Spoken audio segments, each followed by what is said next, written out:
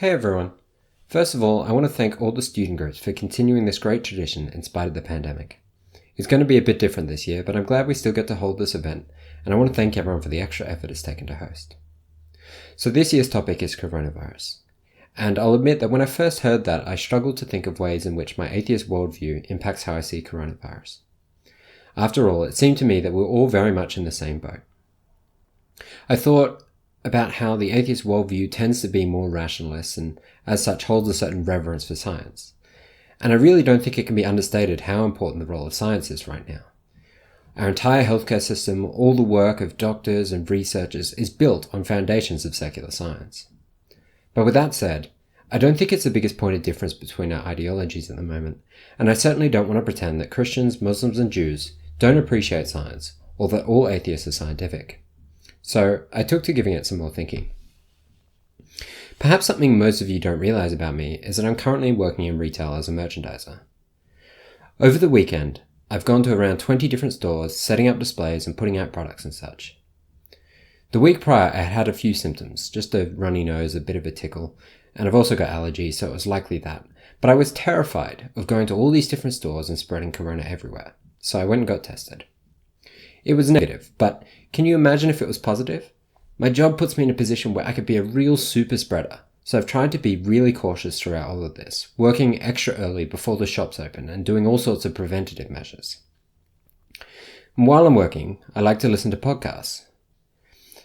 And as I'm there, being careful not to touch anything I don't have to, listening to my podcasts, I hear a news story about Pastor Gerald O'Glenn in America. This pastor is continuing to hold congregations throughout the pandemic, even after it was banned, and even after one of his own patrons had died. He said, "I firmly believe God is larger than the dreaded virus, and you can quote me on that." So quote him I have. Well, it wasn't too long after that Gerald got symptoms. Symptoms he ignored, and not long after that his wife, daughter, and son-in-law got symptoms too. And not long after that, the podcast had an update on the story. Gerald had died from coronavirus. His daughter, Marjorie, had a message I'd like to relay. She says, and I quote, "I just beg people to understand the severity and the seriousness of this, because people are saying it's not just about us, it's about the people around us." And that's very true. The disease might not be deadly for you, but it's deadly for a lot of other people. And I think that highlights where the biggest difference is: fear.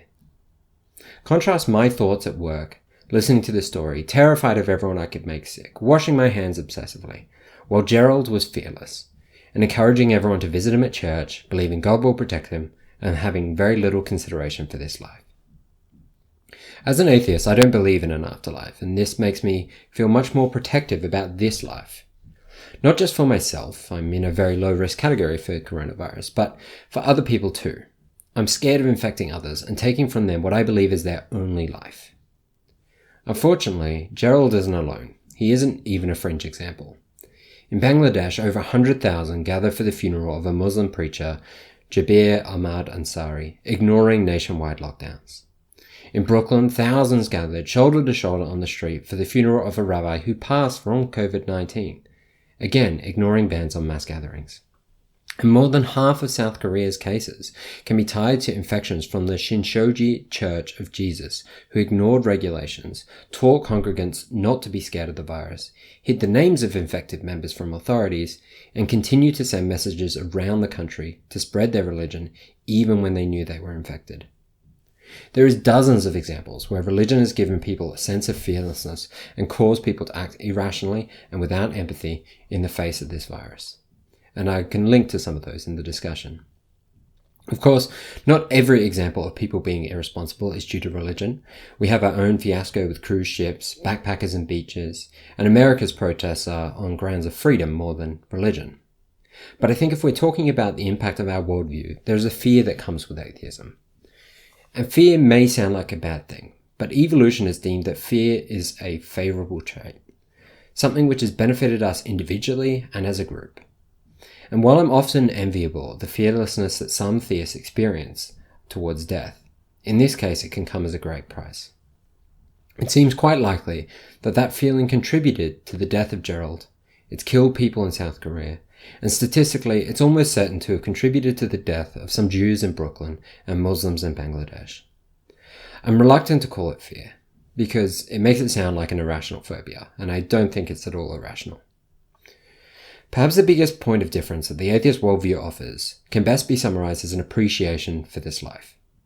I've always had that appreciation, always tried to make my time on earth count. If you've listened to my previous talks at these events, you've heard me talk about how the idea of appreciating life has impacted my purpose and what I think it means to be a good person. But the COVID pandemic has really highlighted how this fear element is a very rational and desirable quality. I'm thankful for this fear, for how it makes me appreciate this life, and how it has encouraged others to act cautiously.